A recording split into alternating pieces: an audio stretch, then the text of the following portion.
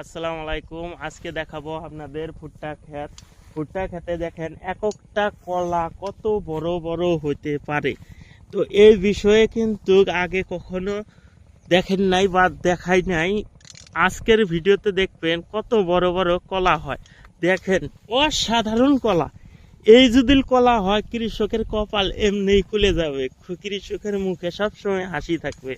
এত সুন্দর কলা হইলে কার না ভাল লাগে।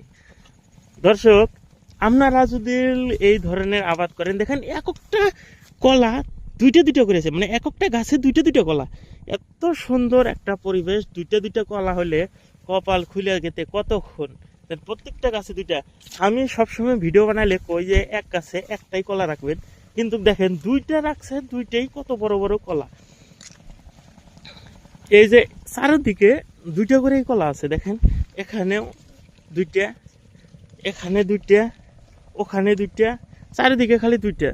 তো দর্শক, ভুট্টা খেতে প্রচুর লাভ, এটা সবাই জানে।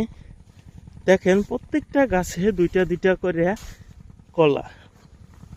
এত সুন্দর আবাদ মৌসুমের ভিতরে থাকলে মন এমনিই উৎফুল্লিত হয়ে থাকে। এত সুন্দর লাগে যে গাছগুলার চেহারা আর গাছের ফল দেখা মন মুগ্ধ। দেখেন এই কলাতে কয়টা, একটা দুইটা তিনটা চারটা কলা আইছে। বন্ধুরা, আপনারা যদি এইভাবে আবাদ মৌসুম করেন তাহলে অবশ্যই জানাবেন আমাকে। আমিও অবশ্যই আপনাদের কমেন্ট করব আর জানাবো এই বিষয়ে। আর দেখেন এটা কিন্তু আলাদা একটা বস্তু দেখলাম, এটা কিন্তু এর আগে দেখি নাই।